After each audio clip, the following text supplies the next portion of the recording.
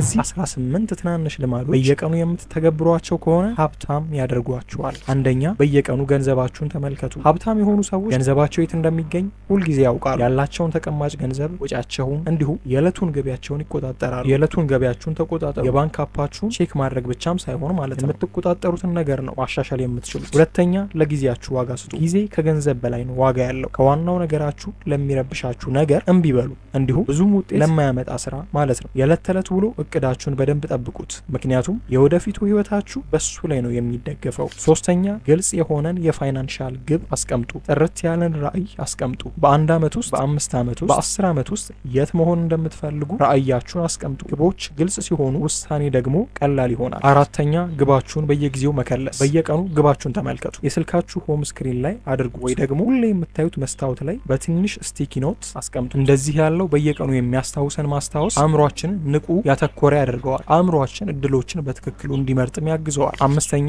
ቁጠባችሁ ምን ያህል እንደቀራችሁ ለማየት እስከ ወሩ መጨረሻ ድረስ አትጠብቁ። ይሄን ህግ ተከተሉ። 50% ለግዴታ የሚያስፈልጋችሁ መሰረታዊ ነገር ማዋል፣ 30% ለምትፈልጉት ነገር፣ 20% ደግሞ ለቁጠባ ወይንም ኢንቨስት ለማድረግ። ስድስተኛ መጥፎ ብድር። ሁሉም ብድር መጥፎ አይደለም። ነገር ግን ሃይ ኢንተረስት የሆኑ ማለትም ከብድሩ በጣም የበዛ ምላሽ ያለውን ብድር ወጥመድ ነው። ዋጋቸው እየጨመረ ለማይሄድ ነገር አትበደሩ። ሰባተኛ ሰውነታችሁን በየቀኑ አንቀሳቅሱ። እንቅስቃሴ ወይንም ስፖርት ለአካላችን ብቻ አይደለም፣ አእምሮን የተሳለ ያደርጋል፣ ዲሲፕሊን ይጨምራል፣ እናም ኃይልንም ከፍ ያደርጋል። ጤናማ የሆነ አካል ሀብታም የሆነን አእምሮ ይደግፋል። ስምንተኛ ሶሻል ሚዲያችሁን አቀናብሩት። ሶሻል ሚዲያችሁ ወይ እየረበሻችሁ ነው ወይ ደግሞ መማሪያ ክፍላችሁ ሆኗል። የሚያስተምሯችሁ የሚያነቃቋችሁን ክሬተሮች ፎሎ አድርጉ። የሶሻል ሚዲያችሁ አልጎሪዝም እድገትን እንዲመግባችሁ አለማምዱት። ዘጠነኛ በየቀኑ 10 ገጽ አንብቡ።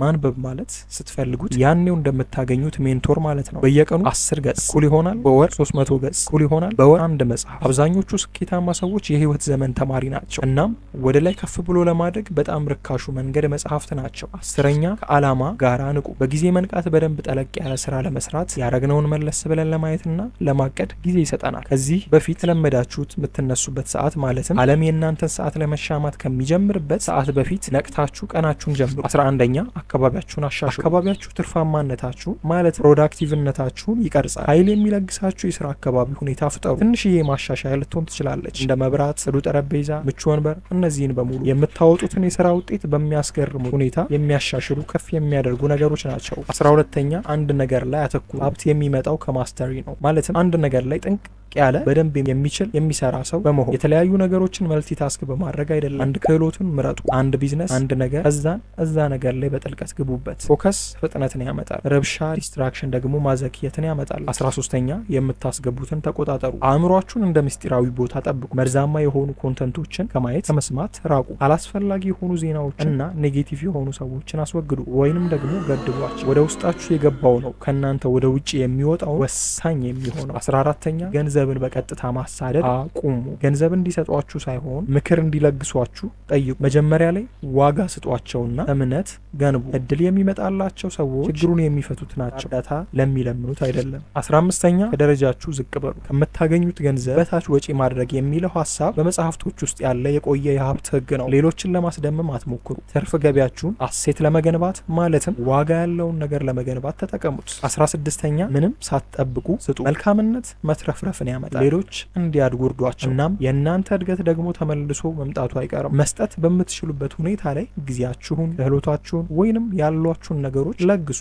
ስጡ። ሁልጊዜ መልሶ ይከፍላል። አንዳንዴ ባልጠበቃችሁት መንገድ ነው የሚመጣው። 17ኛ ትናንሽ ድሎችን አክብሯቸው። ያሳካችኋቸውን ነገሮች ዝርዝር ጻፉ። እንቅቅ ያለ ስራን ብቻ ሳይሆን እድገታችሁን፣ ሂደታችሁን አክብሩት። እንቅስቃሴው በራስ መተማመንን ያመጣል። በራስ መተማመን ደግሞ ሀብትን ይገነባል። 18ኛ አመስጋኝ ሁኑ። ግን መቼም አትርኩ። ስላላችሁ ነገር አመስጋኝ ሁኑ። ነገር ግን ለተጨማሪ ነገር የተራባችሁ ሁኑ። ህይወታችሁን ለማሻሻል እየጣራችሁ እያላችሁ ራሱ በህይወታችሁ ማመስገን ትችላላችሁ። ሀብት በአንድ ሌሊት መጣው የሚል ነገር አይደለም። ነገር ግን እነዚህን ልማዶች በየቀኑ ከተደረጉ በጊዜ ሂደት ያለምንም ጥርጣሬ ሀብት ይመጣል። በትንሹ ጀምሩ፣ ከዛንም የጸናችሁ ወጥ ሁኑ። እናም መጨረሻችሁ የት እንደሚሆን ይገርማችኋል።